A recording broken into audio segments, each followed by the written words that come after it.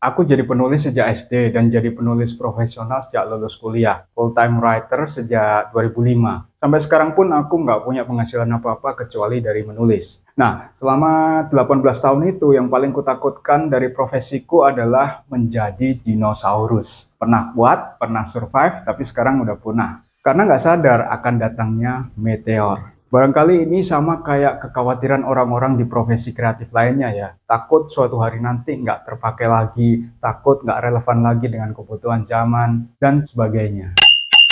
Assalamualaikum, aku penulis multimedia, multi-platform, ingin berbagi hal-hal ringan seputar profesiku. Namaku Brain Tito. Suatu hari aku pernah dengar khutbah Jumat tentang pemaksaan. Bukannya anti terhadap pemaksaan, khotibnya yang merupakan dosen di ITS, sebuah institut teknologi, justru pro dengan pemaksaan itu. Menarik ya. Ringkasan khutbahnya gini. Untuk melakukan kebaikan itu harus dipaksa. Gak bisa sukarela. Coba ingat-ingat prestasi kita. Itu kan dulu semuanya karena paksaan. Entah dipaksa orang tua, dipaksa guru, dipaksa orang lain, atau Anda sendiri yang memaksa diri, ya kan? Karena orang itu cenderung malas. Anda datang ke masjid ini juga pasti karena terpaksa. Buktinya kalau saya tambah khutbah ini 5 menit aja, pasti Anda akan jengkel bolak-balik lihat jam gitu kan, resah ya. Itu karena Anda terpaksa Jumatan. Saya juga, jangan dikira saya suka khutbah di sini. Nggak suka, saya memaksa diri ini. Karena saya janji khutbah, ya saya jalani. Tapi saya nggak main-main dalam menjalaninya, nggak asal-asalan dalam menyiapkan khutbah ini. Terus terang sampai sekarang saya tidak menyukai 95% dari apa yang saya kerjakan. Tapi kalau Anda ingin sukses di dunia, tetap lakukan itu. Omong kosong itu orang yang sukses karena melakukan apa yang disukai. Orang sukses itu ya karena terpaksa melakukan sesuatu secara terus-menerus. Begitu juga kalau kita ingin sukses di akhirat. Lakukan ibadah, lakukan perbuatan baik, walau terpaksa. Paksa, paksa, paksa. Hukum termodinamika 2 menyebutkan sesuatu itu cenderung menuju keadaan yang lebih jelek, kecuali ada energi untuk melawannya.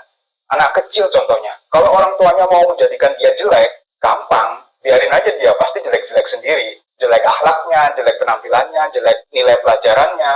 Tapi kalau orang tua itu mau menjadikan anak ini tumbuh baik, mereka perlu mengajari ini itu, mengeluarkan energi lebih. Capek pasti, kayak kita naik tangga, makanya istilahnya kalau ke surga itu kita naik, kalau ke neraka kita nyemplung. Kalau cita-cita kita neraka, gampang banget, tinggal hidup mengalir gitu aja.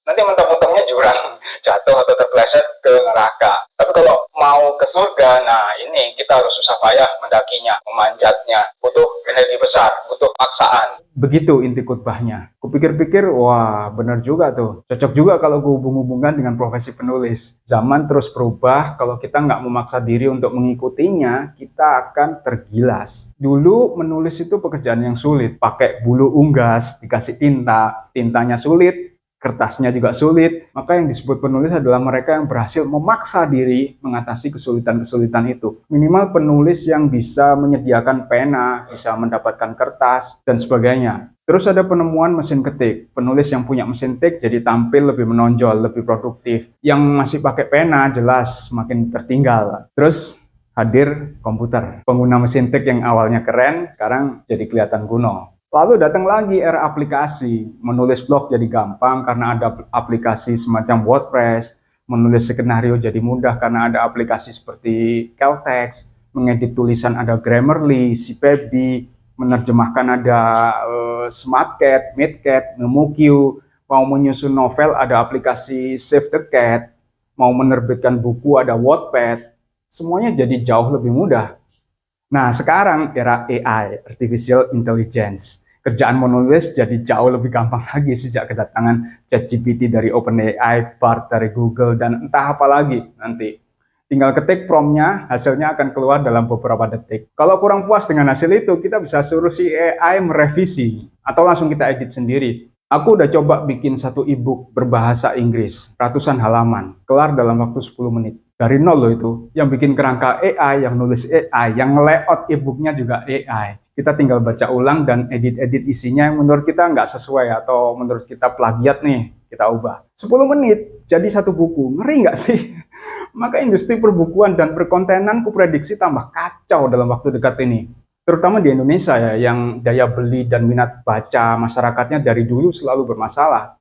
Ke depan, persaingan antar penulis mungkin bukan soal teknik menulis lagi, tapi pertarungan gagasan dan kemasan. Soal teknik eksekusi, sebagian besar bisa dikerjakan oleh AI lah. Pro kontra pasti terjadi, jelas. Yang kontra akan bilang AI tidak etis lah, bikin penulis jadi malas lah, bikin anak SD tiba-tiba bisa nulis novel setebal Harry Potter lah. Atau berkomentar sinis, alah AI nggak akan bisa mengalahkan penulis manusia. Mereka juga ngetawain setiap kebodohan yang dilakukan oleh AI saat ini. Orang-orang seperti ini nggak sadar AI itu terus berkembang. Menertawakan AI sekarang itu seperti menertawakan anak magang, karena dia nggak becus mengerjakan tugas-tugas yang menurut kita simple. Tapi sadar nggak sih bahwa anak magang ini suatu saat akan hebat, dia akan terus belajar gitu loh. Sebaliknya, kita akan makin jadi tua, makin tumpul, makin gampang lelah, makin nggak produktif. Nah, sekarang kita puas ngetawain anak magang. Nanti giliran dia ngetawain kita. Begitu juga dengan AI, dia akan ngetawain kita.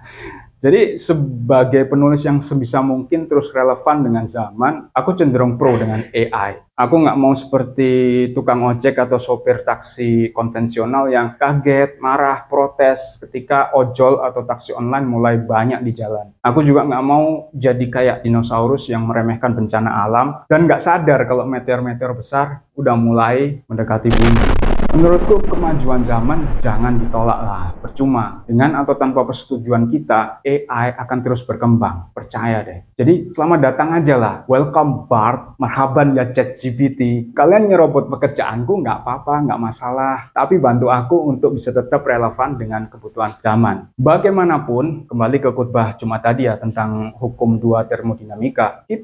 Pengetahuan kita dan kompetensi kita sebagai penulis cenderung tambah lama tambah rusak, tambah jelek, tambah nggak relevan. Kecuali kita mau mengusahakan energi ekstra untuk melawannya. Dengan bahasa yang lebih sederhana, kita harus memaksa diri untuk tetap jadi relevan di era penulis 4.0 ini.